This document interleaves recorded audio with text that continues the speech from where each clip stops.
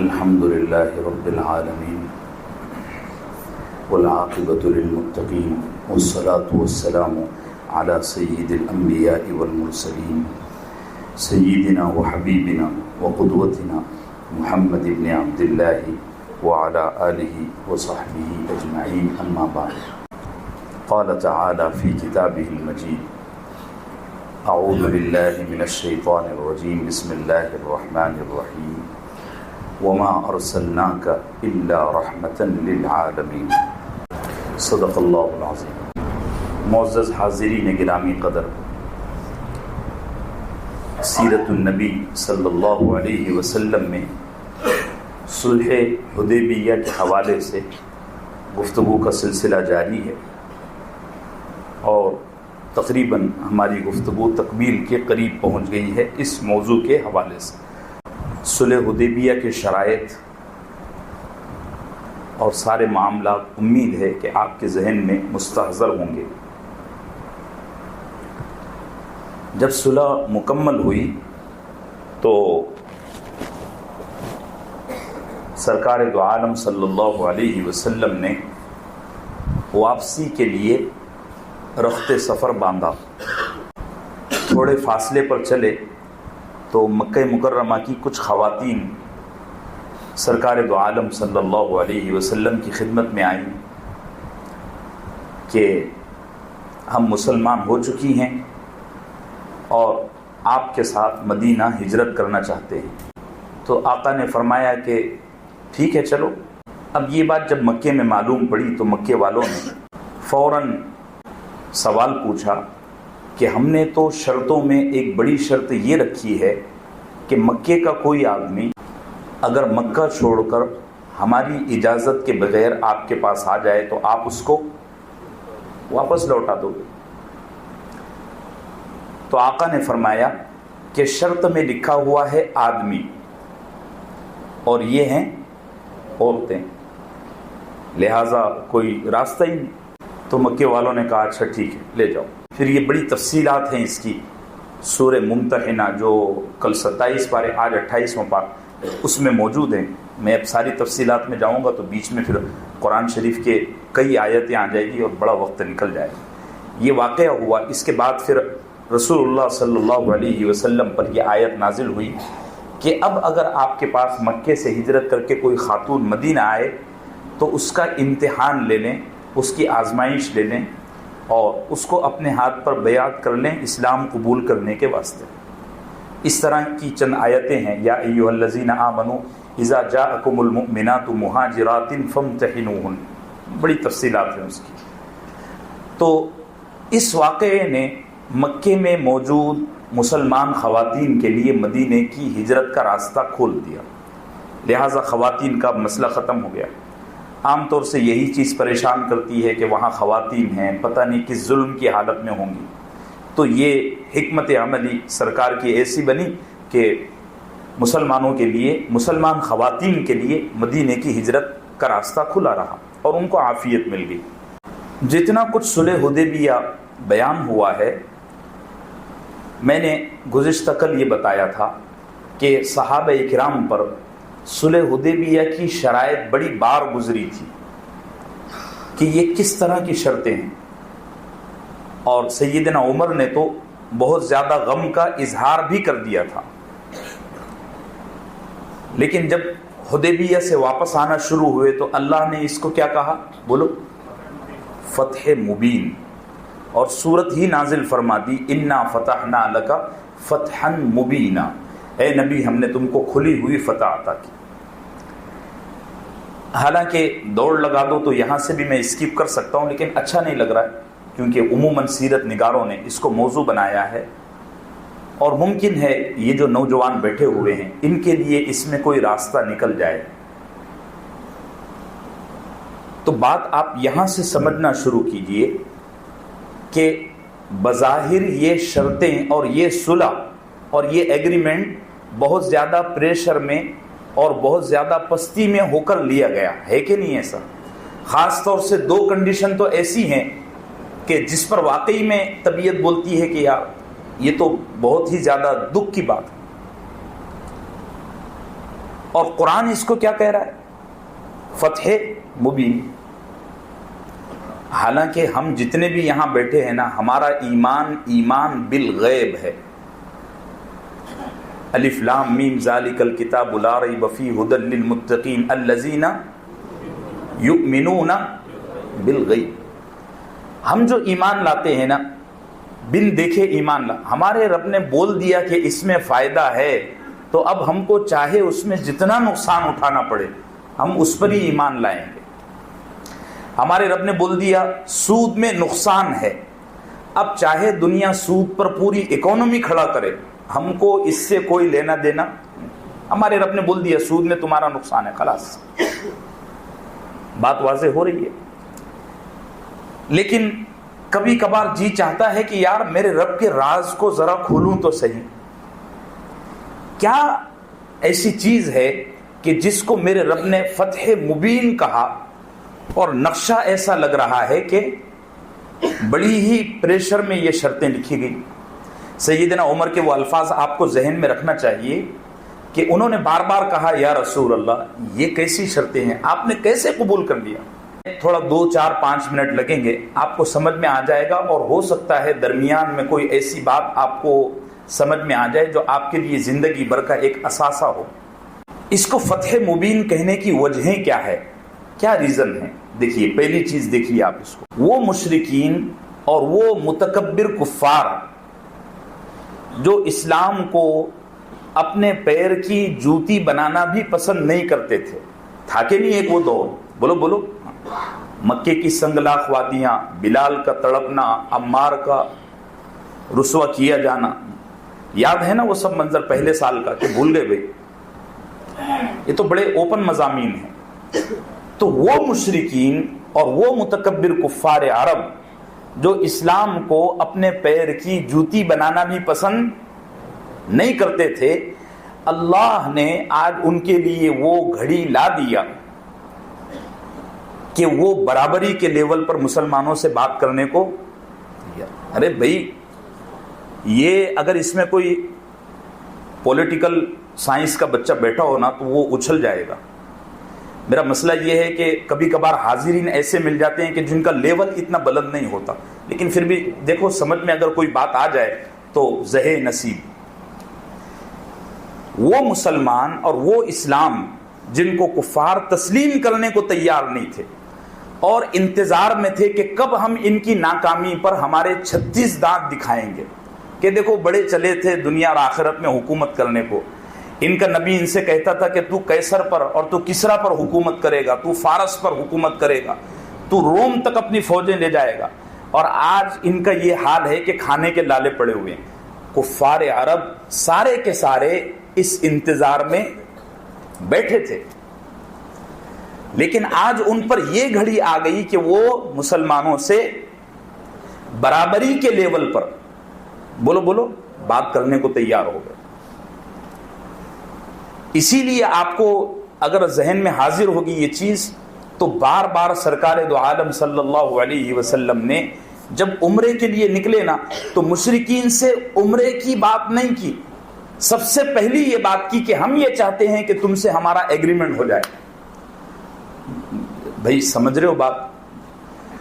ان کو مجبور کیا اور ایسی سچویشن بنائی، ایسا پروگرام بنایا، اور آج کے زمانے میں کہو تو سرکار دو عالم صلی اللہ علیہ وسلم نے پولیٹیکل لیول پر ایسا تاش پھینکا کہ جس کے سامنے ان کا تکبر تاش کے پتوں کی طرح بکھر گیا، لیکن ارے بھائی وہ تسلیم کرنے کو تیار تھے۔ تو سب سے پہلی کامیابی مسلمانوں کی یہ بنی کہ مسلمانوں کو تسلیم کیا جانے لگا کہ ہاں بھائی تم بھی ایک طاقت ہو، تبھی تو ایگریمنٹ سائن ہوا نا، نہیں تو چلتے پھرتے آدمی سے اور اٹھے ہوئے کسی بھی باغی قبیلے سے، کسی بھی رجیم سے اس طرح بات نہیں ہوتے رہتی۔ سارے عرب نے اب سرکار دو عالم صلی اللہ علیہ وسلم کو اور مسلمانوں کو ایک بڑی طاقت کے طور پر تسلیم کر لیا۔ یہ بہت بڑی کامیابی تھی، بلکہ بعض سیرت نگاروں نے تو جن کے ذہن پر سیاست کا غلبہ ہے، انہوں نے تو کہا ہے کہ اصل فتح مبین قرآن نے اسی کو کہا ہے۔ بھئی بات واضح ہو گئی نا؟ ایک چیز۔ دوسری چیز دیکھو ایک چیز ہمیشہ ذہن میں رکھنا بچوں، اس میں سارے نوجوان بیٹھے ہوتے ہیں اکثر، کبھی بھی اسلام کے پیش نظر مار کاٹ نہیں ہوتی، اسلام اس کو پسند نہیں کرتا۔ آپ نے کئی دفعہ یہ سنا بھی ہوگا کہ اللہ نے ان نبیوں کو ڈانٹ لگائی باقاعدہ جنہوں نے اپنی نافرمان امتوں کے لیے بدعا کر دی۔ تو نبیوں نے پوچھا کہ یا اللہ یہ تو تیرے نافرمان تھے اور ان سے ہم سے ان کی نافرمانی دیکھی نہیں جا رہی تھی، تبھی ہم نے ان کے لیے بدعا کی۔ تو اللہ نے کہا تم نے بدعا کی، یہی تو تمہاری خطا ہے، تم نے نافرمانی دیکھنے کے باوجود بھی ان کی ہدایت ہی کے لیے دعا کرنا تھا۔ اگر ہدایت کے لیے دعا کرتے تو ہو سکتا میری رحمت جوش میں آتی اور میں ان پر رحم کر دیتا۔ حالانکہ قومیں ہلاک کس کے عذاب سے ہوئی ہیں؟ اللہ کے، لیکن اللہ ڈانٹ کس کو لگا رہے ہیں؟ نبیوں کو۔ پتہ یہ چلا کہ اللہ کبھی بھی پسند نہیں کرتا کہ اس کے بندوں کو چاہے وہ کسی درجے کے سرکش ہو جائیں برباد کرے، ہلاک کرے۔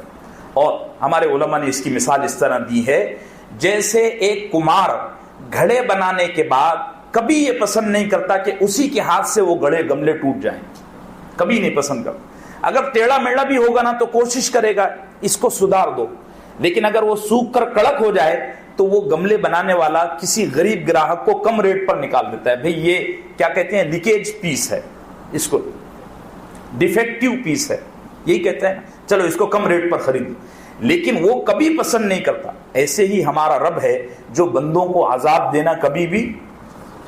چھٹے پارے کی 5ویں پارے کی بڑی زبردست آیت ہے، ما یفعل اللہ بعذابکم، تم کو عذاب دے کر اللہ کا کوئی فائدہ نہیں ہونے والا ہے۔ تو میں یہ عرض کر رہا تھا کہ اسلام کا مقصد کبھی بھی مار کاٹ، جنگ لڑنا، فتنہ فساد، یہ اسلام کا مقصد کبھی بھی نہیں ہے۔ لیکن اگر تم اتنے زیادہ رکاوٹ بن جاؤ گے تو پھر یار ہم کو بھی تو جینے دو نا۔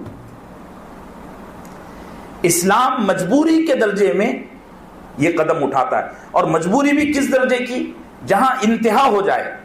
دیکھو سرکار دو عالم صلی اللہ علیہ وسلم نے مکے میں ستائے جانے پر کبھی اف نہیں کہا، بلکہ اپنے صحابہ سے بار بار کہا کہ برداشت کرو، صبر کرو۔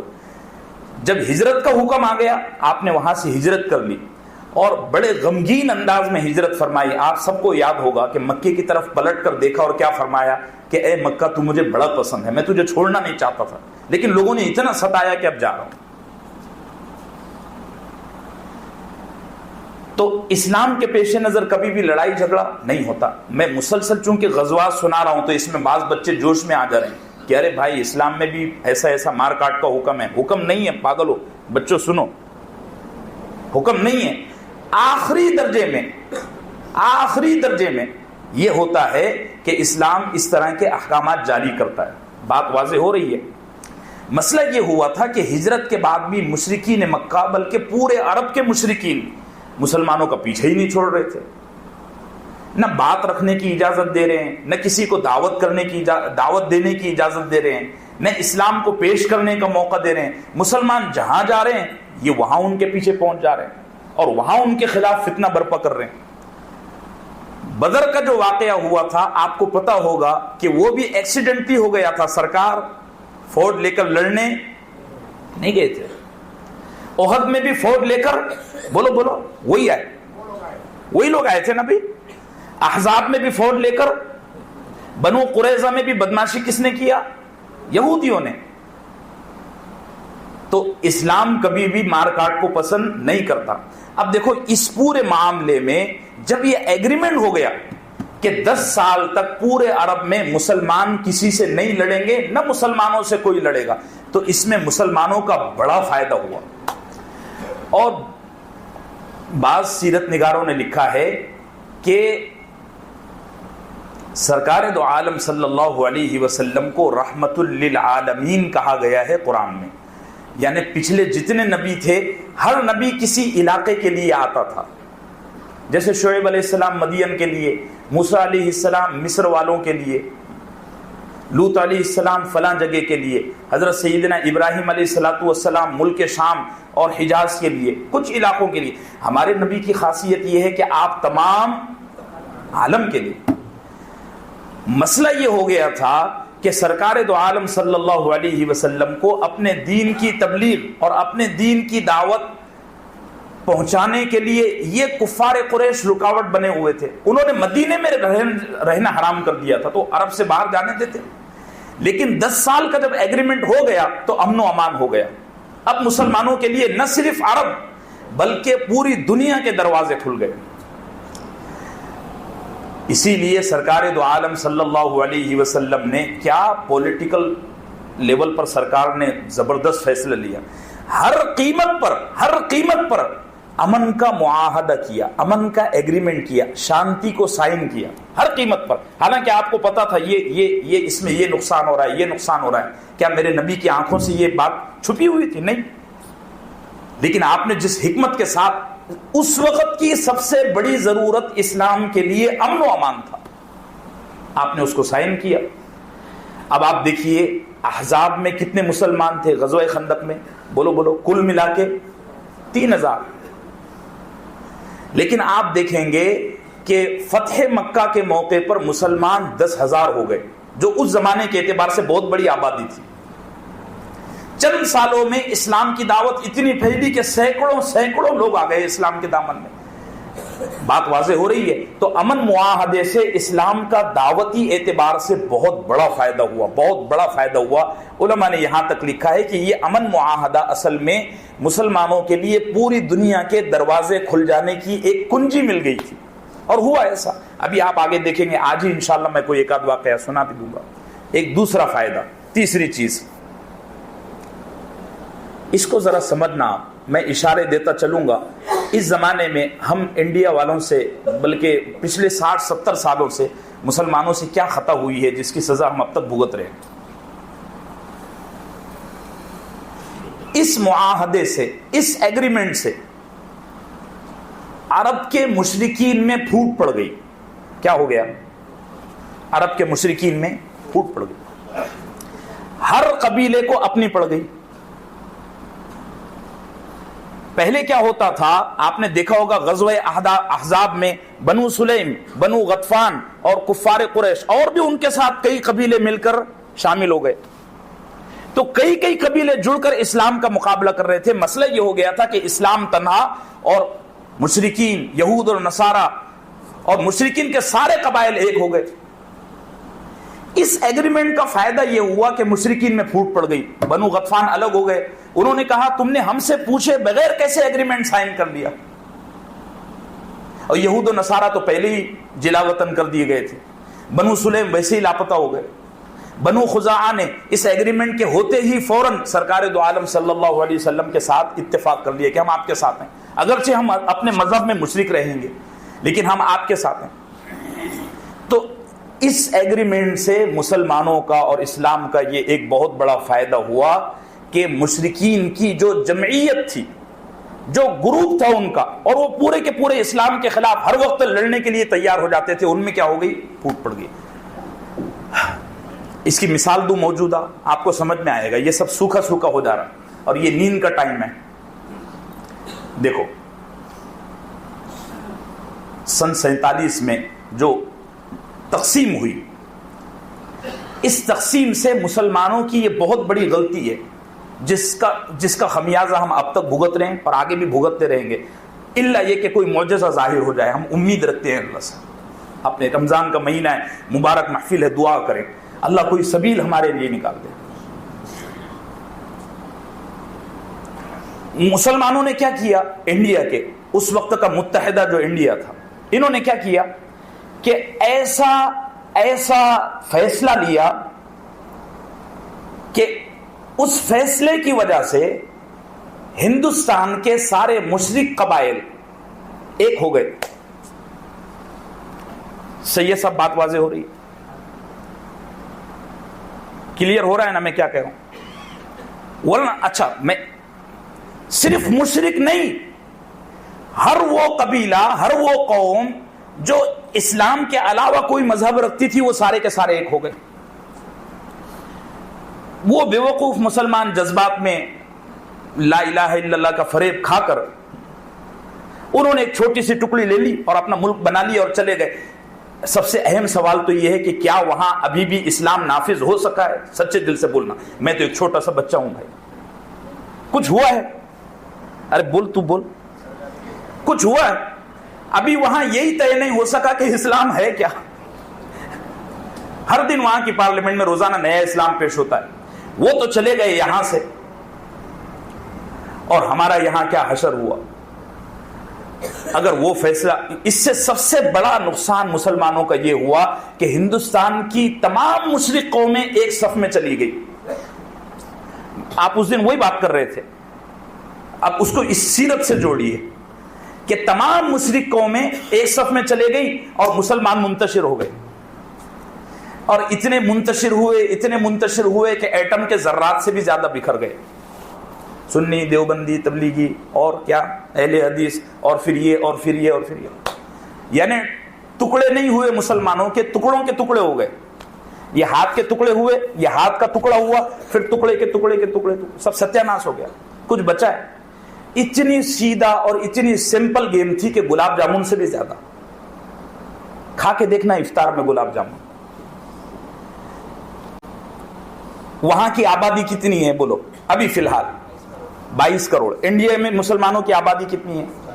40 کروڑ. اور بنگلہ دیش کی آبادی مسلمانوں کی کتنی ہے؟ کتنے ہو رہے ہیں کل ملا کے؟ ہاں 80 کروڑ ہو رہے ہیں. اور ہندوستان میں تمام مشرق قوموں کی آبادی کتنی ہے؟ ہو گئے ایکول.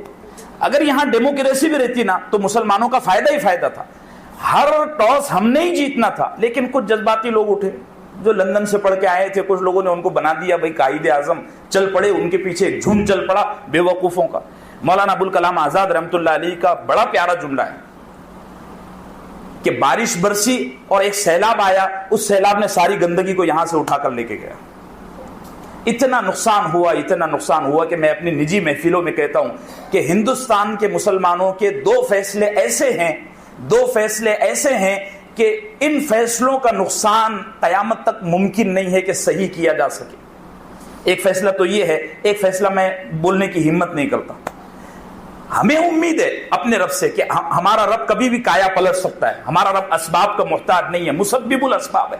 لیکن ہم کو تو بھائی ابھی پولیٹیکل سائنس کو ڈسکس کرنا ہے نا. بات واضح ہو رہی ہے میرے عزیزو.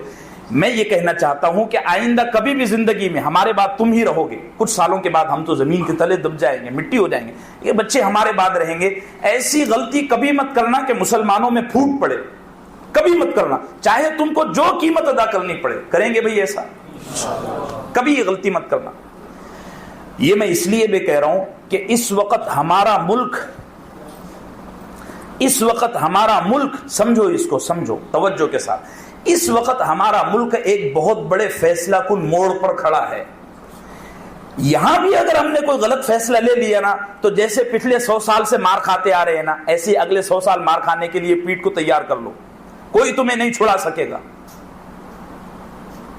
کیونکہ اللہ جو فیصلے لے لیتا ہے نا وہ فیصلے پھر دنیا کا کوئی سبب توڑ نہیں سکتا, کاٹ نہیں سکتا. وما بدلوا تبدیلا. بات واضح ہو رہی ہے میرے عزیزو.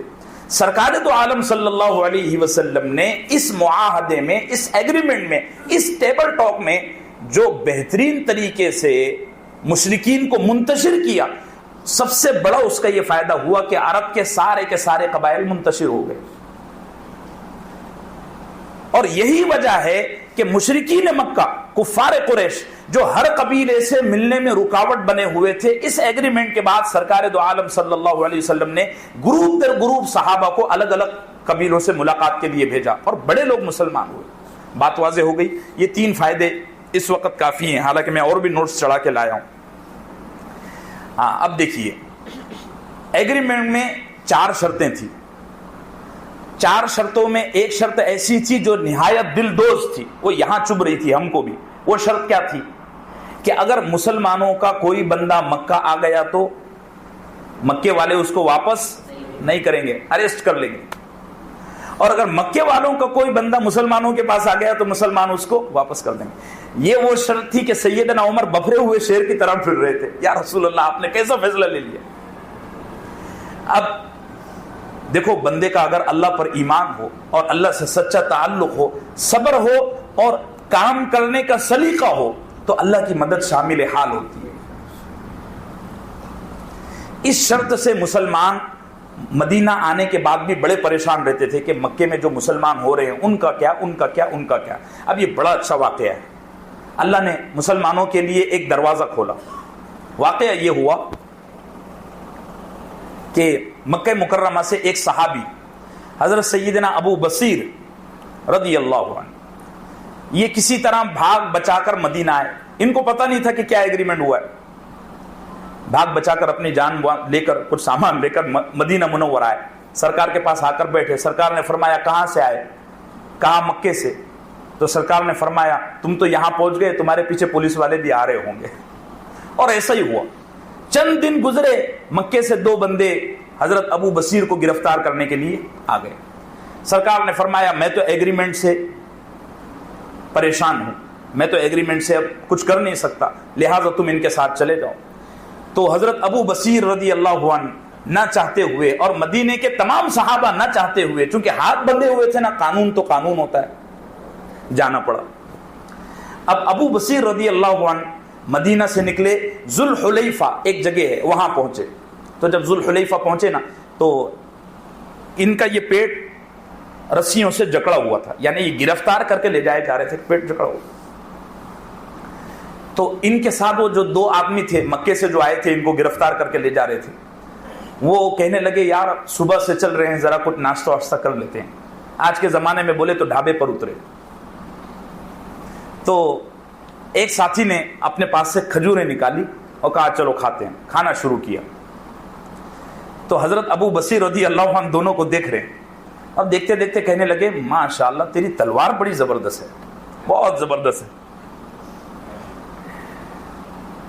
تو وہ مشرک ذرا پھول گیا، کہنے لگا ہاں میں نے بہت تیز کروائی، اور میرے ہاتھ میں جب یہ تلوار چلتی ہے نا تو دیکھنا کیسا تماشا دکھاتی ہے۔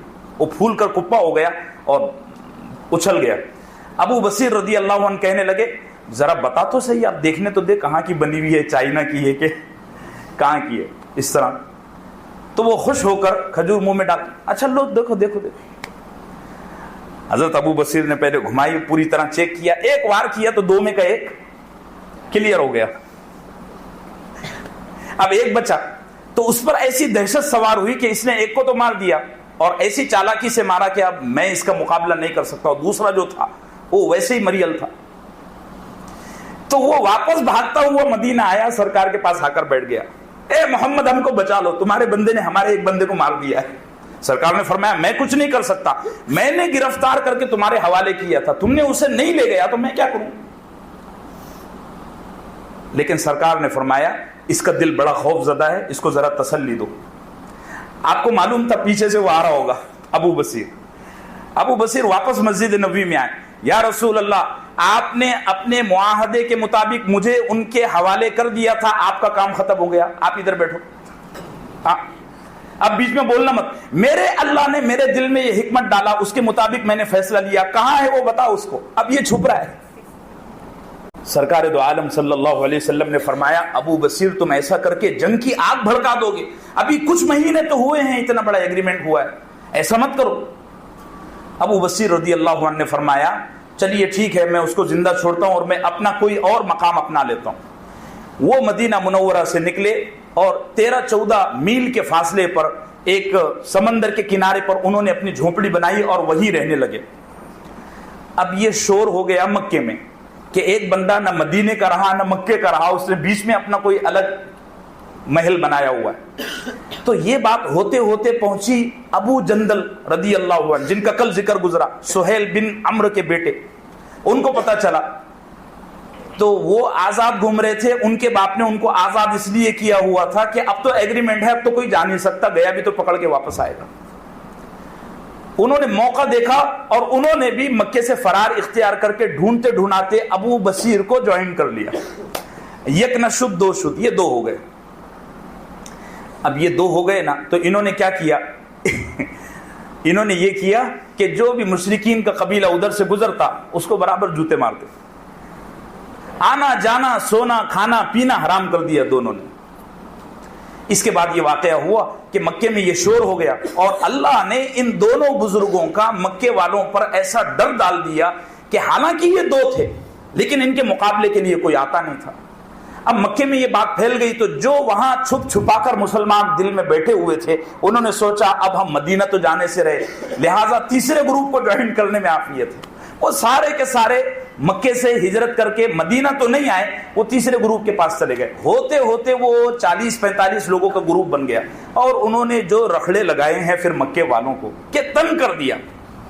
تو مکے والوں نے ایک خط لکھا, خط کے ساتھ وہ چٹھی بھیجی جس میں ایگریمنٹ پر وہ شرط تھی. شرط اپنے ہاتھ سے کاٹ دی کہ محمد یہ شرط کینسل, محمد یہ شرط کینسل صلی اللہ علیہ وسلم. آقا نے فرمایا نہیں, ایگریمنٹ ہو گیا اب نہیں. تو مکے والے کہنے لگے ایگریمنٹ جائے خاک میں, ہمارا ادھر سے جانا آنا مشکل اور محال ہو گیا ہے, ان کو اپنے پاس رکھو, ان کو مدینہ آنے دو اور یہ شرط کینسل کرو. سرکار نے فرمایا یہ نہیں ہو سکتا, میں اللہ کا نبی ہوں, ایگریمنٹ اور وعدے کو میں اپنی طرف سے نہیں توڑ سکتا. انہوں نے کہا ہم آپ سے نہیں کہہ رہے ہیں کہ آپ توڑو, ہم توڑ رہے ہیں. بڑی خوشامد کی, یہاں تک کہ ابو سفیان نے خط لکھا کہ محمد میں تم کو اپنی رشتہ داری کا واسطہ دیتا ہوں, قرابت کا واسطہ, تم کچھ تو رحم کرو, انہوں نے ہمارا جینا حرام کیا ہوا ہے. سرکار دو عالم صلی اللہ علیہ وسلم نے فرمایا میں نے اللہ سے یہ دعا کی تھی کہ اے اللہ میرے ان پریشان امتیوں کے لیے کوئی نہ کوئی راستہ نکال دے. اللہ نے ایسا راستہ نکالا کہ جب بھی اس کو بیان کیا جائے گا اور یاد کیا جائے گا تو میری امت کے چہرے مسکرائیں گے. بات واضح ہو رہی ہے میرے عزیز. تو اللہ نے ایک شرط مشرکین کے ہاتھوں سے ہی توڑوا دی, یہ اس کے بڑے فائدے ہوئے. اس کے بعد سن 7 ہجری میں قریش مکہ میں سے 3 بڑے لوگ, جن میں ایک نام ہے سیدنا خالد ابن ولید رضی اللہ عنہ کا, ایک نام ہے حضرت سیدنا عمرو ابن عاص, اور ایک نام ہے حضرت سیدنا عثمان ابن طلحہ. یہ 3 لوگ سن 7 ہجری میں رسول اللہ صلی اللہ علیہ وسلم کے پاس آئے اور آ کر اسلام قبول کر لیا. اس کی بھی وجہ آپ سنیے, کیونکہ یہ تینوں وہ بہادر تھے جن کا جنگوں کے بغیر دل نہیں لگتا تھا. انہوں نے اپنے دل بہلانے کا سامان جنگوں کو بنایا ہوا تھا. اب جنگی بند ہو گئی تو کریں گے کیا, کھانے پینے کو کچھ نہیں ہے, تو چلو محمد کی جھولی میں بیٹھ. یہ حضرات آئے اور سرکار دو عالم صلی اللہ علیہ وسلم کے ہاتھ پر اسلام قبول کیا. آپ ان کے اسلام سے اتنے خوش ہوئے کہ صحیح بخاری میں آتا ہے کہ آپ نے فرمایا کہ مکے نے اپنے جگر کو کاٹ کر میری گود میں رکھ دیا ہے, اب مکے میں کوئی نہیں بچا. عمرو ابن عاص بڑے صحابہ میں جنہوں نے مصر کو فتح کیا. خالد ابن ولید کا تو ہم کئی بار ذکر کر چکے ہیں, اور عثمان ابن طلحہ یہ بھی بڑے قبیلے کا. ان 3 لوگوں نے, لیکن ان کے اسلام قبول کرنے کی تاریخ میں بڑا شدید اختلاف ہے. یہاں چونکہ بات ہماری تسلسل کے ساتھ چل رہی ہے تو میں نے اس کو اتنا نقل کر دیا, ٹھیک ہے. اب آئیے صلح حدیبیہ کی تمام تر تفصیلات آپ کے سامنے بیان کی جا چکی. یوں سمجھیے صلح حدیبیہ مکمل ہو گئی. صلی اللہ وسلم علی نبینا محمد. یاد دلا دیا کرو بھائی, تو پھر تو ایسا تو کیا ہوگا کہ آپ کی نیند اڑ جائے گی. جزاکم اللہ.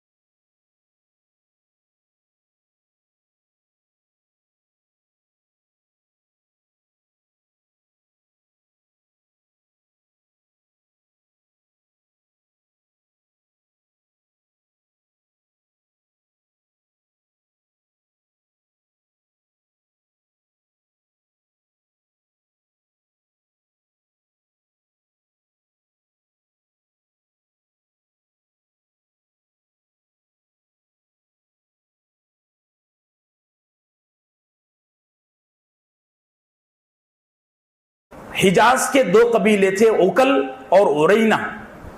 یہ دونوں قبیلے رسول اللہ صلی اللہ علیہ وسلم کے پاس آئے. پورے قبیلے تو نہیں تھے، کوئی 40-50 لوگ تھے. یہ آئے اور آ کر کے کہا کہ ہم اسلام لاتے ہیں. آپ نے فرمایا بڑی اچھی بات ہے.